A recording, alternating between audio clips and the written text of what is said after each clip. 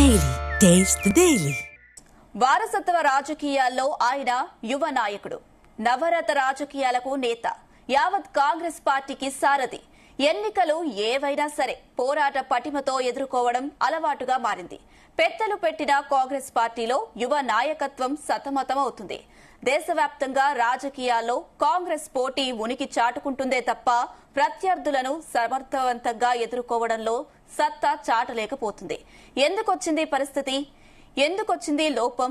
రాజకీయాల్లో మంచి ఫలితాలు సాధించాలంటే ఏం చేయాలనే అంశాలపై Zee Telugu news special focus ఇప్పుడు చూద్దాం.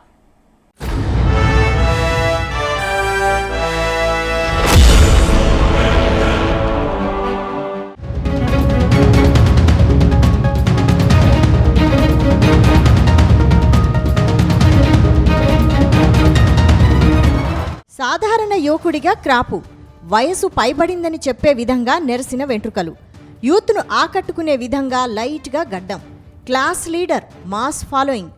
సింపుల్ సిటీకి ప్రతీకగా రాహుల్ గాంధీ పెళ్లి కాని బ్రహ్మచారిగా దేశ రాజకీయాల్లో రాణిస్తున్నారు. జాతీయ కాంగ్రెస్ పార్టీకి అధ్యక్ష బాధ్యతలు వద్దంటూనే పెద్ద నేతగా ఎదగాలనే ఆకాంక్ష.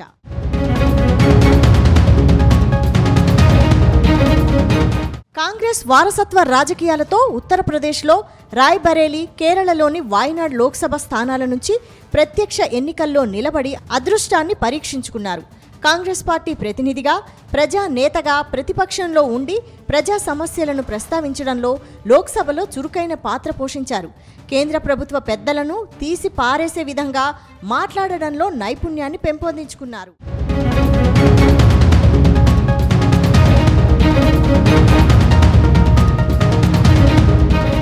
రెండు ఎంపీ సీట్లతో చిన్న రాజకీయ పార్టీగా ఉన్న బీజేపీ కాలక్రమంలో బలవంతమైంది. లోక్సభలోనూ రాజ్యసభలోనూ బీజేపీ ఎన్డీఏ కూటమి సభ్యుల సంఖ్య పెరిగిపోయింది. ఎన్డీఏ కూటమి బలమైన అధికార పక్షంగా ఎదుగుతుంటే రాజకీయాల్లో శక్తివంతమైన కాంగ్రెస్ బలహీనపడుతూ వచ్చింది. చట్టసభల్లో ప్రధాన ప్రతిపక్ష హోదా కూడా దక్కని పరిస్థితి ఎదురైంది. కాలక్రమంలో రాష్ట్రాల్లోనూ కాంగ్రెస్ పార్టీ పరిస్థితి కనుమరుగవుతూ వస్తోంది.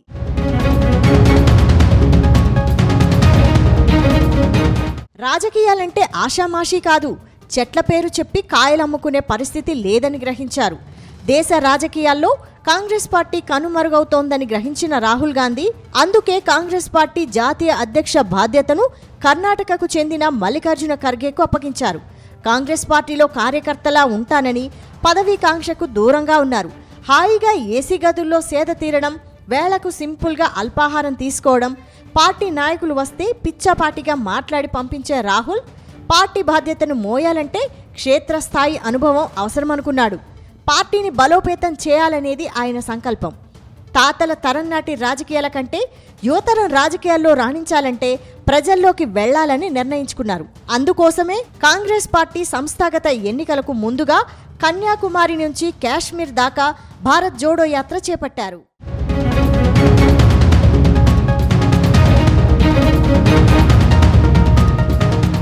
కాలినడకతో కాంగ్రెస్ రాజకీయ భవిష్యత్తును మార్చేందుకు రాహుల్ గాంధీ ప్రయత్నించారు.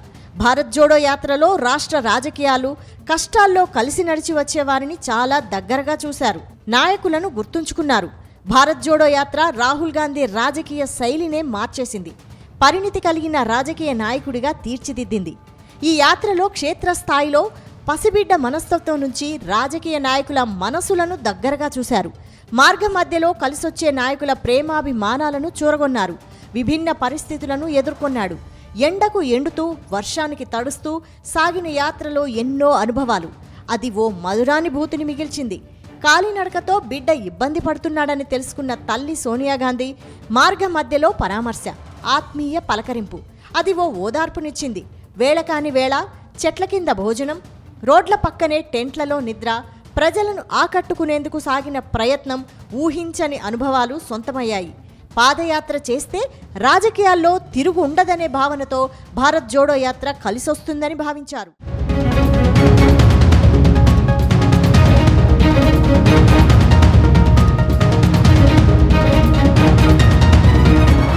దేశవ్యాప్తంగా 2023లో జరిగిన ఎన్నికలను రాహుల్ గాంధీ సారథ్యంలో ఎదుర్కొన్నారు. ఎన్డీఏ చేతిలోంచి అధికారాన్ని చేజిక్కించుకోవాలని భావించారు. 100 సీట్ల మేర సాధించిన కాంగ్రెస్ లోక్సభలో ప్రధాన ప్రతిపక్ష హోదా దక్కించుకున్నారు. రాహుల్ గాంధీ మాత్రం అసలు సిసలైన నాయకుడిగా పేరు తెచ్చుకున్నారు. రాయ్బరేలీ, వాయనాడ్లో పోటీ చేసి ఒకేసారి 2 చోట్ల బంపర్ మెజారిటీతో విజయం సాధించారు. కొద్ది రోజుల తర్వాత వాయనాడులో తన ప్రతినిధిగా సోదరి ప్రియాంక గాంధీని నిలబెట్టి విజయం సాధించి పెట్టారు.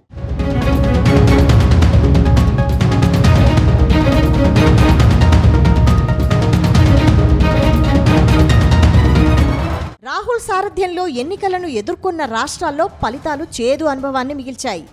వారసత్వ రాజకీయాల్లోకి రాహుల్ గాంధీ వచ్చిన తర్వాత కాంగ్రెస్ నేతగా 95 సార్లు సాధారణ ఉప ఎన్నికలను ఎదుర్కొన్నారు. భారత్ జోడో యాత్ర చేపట్టిన తర్వాత కొత్తగా కర్ణాటక, తెలంగాణ రాష్ట్రాల్లో అధికారం పొందడాన్ని మినహాయిస్తే తాజాగా బీహార్లో కాంగ్రెస్ పార్టీ 2 సీట్లలో నెగ్గుకు రావడానికి ఆపసోపాలు పడింది. మిగతా రాష్ట్రాల్లో ఉన్న అధికారాన్ని కోల్పోయిన పార్టీగా కాంగ్రెస్ మిగిలిపోయింది. కాంగ్రెస్ పార్టీకి రాహుల్ సారథ్యం కలిసి రాలేదనే భావన రాజకీయ పరిశీలకుల్లో వ్యక్తమవుతోంది.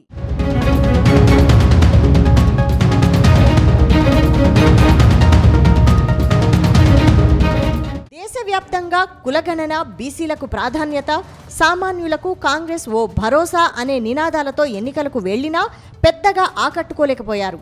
బీహార్ ఎన్నికల్లో ఓట్చోర్ పేరుతో నానాయాగి చేసి ఓటరు జాబితా వడపోతతో సమగ్ర తయారీకి ఉద్యమించారు. కేంద్ర ప్రభుత్వం చేతిలో ఎన్నికల సంఘం కీలుబొమ్మలా పనిచేస్తుందని ఏకంగా ఎన్నికల సంఘాన్ని, కేంద్ర ప్రభుత్వాన్ని తూలనాడారు. ఓటరు జాబితాను శాస్త్రీయంగా రూపొందించే విషయంలో రాహుల్ పోరాటం ఫలించింది. దేశవ్యాప్తంగా ఒకే విధానంతో ఓటరు జాబితా తయారీకి ఎన్నికల సంఘం చర్యలు తీసుకుంది.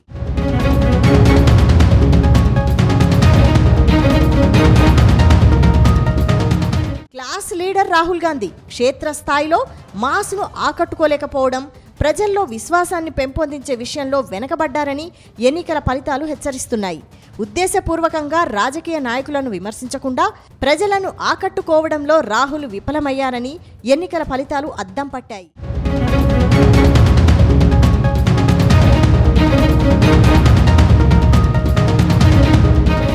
తెలంగాణలో సీఎం రేవంత్ రెడ్డి సారథ్యంలో హైదరాబాద్ జూబ్లీహిల్స్ ఎన్నికలను సమర్థవంతంగా ఎదుర్కొన్నారు.